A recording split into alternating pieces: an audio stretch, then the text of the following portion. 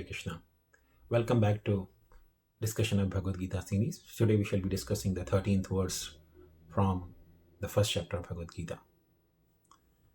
Om Jnanatimirandasya Gyananjanachalakaya Chakshurun Militam Yena Tasmai Shri Gurave Namah Vanchakalpatarubhyascha Kripa Sindhubhya Evacha Patitanam Pavanebhyo Vaishnavebhyo Namo Namah Shri Krishna Chaitanya Prabhu Nityananda Shri Advaita Gadadhar Shri Vasadi Gaura Bhakta Vrinda Hare Krishna Krishna Krishna Hare Hare Hare Rama Rama Rama Hare Hare. So the text 13th is Tata Shankascha Bheryascha Pranavanaka Mukha Sahasevabhyahanyanta Sashabdastu Bhavat. After that, the conch shells, drums, bugles, trumpets, and horns were all suddenly sounded, and the combined sound was tumultuous. Now, here, there are different musical instruments are being described that they all of a sudden started making a sound. Tata Shankha. Shankha means a conch shell. Conch shell is something that is used in the deity worship, worshipping the form of the Lord in the temples. So before and after the arti, the beginning and end of the arti, there is always blowing of the conch shell. So Shankha was blown. Bherya is a kind of a huge drum.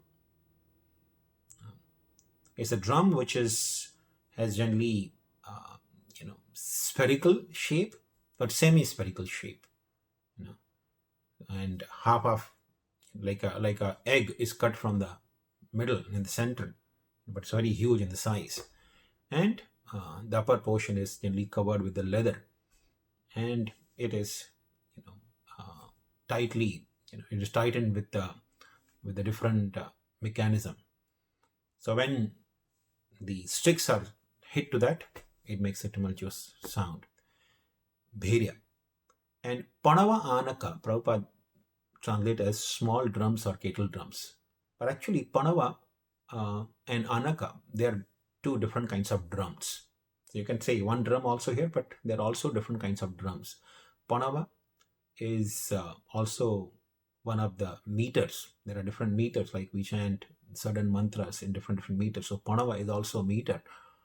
And Panava is also a small drum. And Anaka is another kind of drum also. And Gomukha.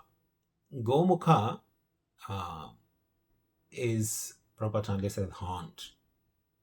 So they used to do ancient times was they'll take the horn of a cow or buffalo, drill a hole through it, and when the air is blown through it, it makes a horn-like sound. Like we have the car horns and different kinds of horns, right? In the car and the motor car or in the bus, there are horn. The horn has come from this sound that was produced through the horns. So that is called Gomukha. The horn of a cow or a buffalo drilled through the hole, and when it's blown, it makes a horn-like sound, very loud sound. So all these different kinds of musical instruments, sahasa means all of a sudden, they started making sound. So now why the musical instruments are making sound? This is the battlefield. The two armies have assembled in front of each other, and the battle is about to begin. We also read in the previous verse that Bhishma Dev blew the conch shell. And here all the musical instruments are being, sounded loudly. Because at least 5,000 years ago, there was a custom. Whenever the battle is about to begin, to communicate to everyone that we are starting the battle, they would give kind of a warning. All the soldiers become, attentive. We are about to begin the battle. So all these musical instruments, the drums, kettle drums, and trumpets, And conch shells, they're blown simply to communicate loud sound that we are starting the battle. Not like the modern times. Modern times, when people are sleeping in the middle of the night, not even soldiers, the ordinary people sleeping in the night time, they will go and drop a bomb. This is a coward kind of soldiers. They're not really fighters. They are afraid of losing. In the ancient time, the Kshatriyas were never afraid of losing. They would confront a person, and with determination they would fight. In fact, Srila Prabhupada gives the definition of a real Kshatriya.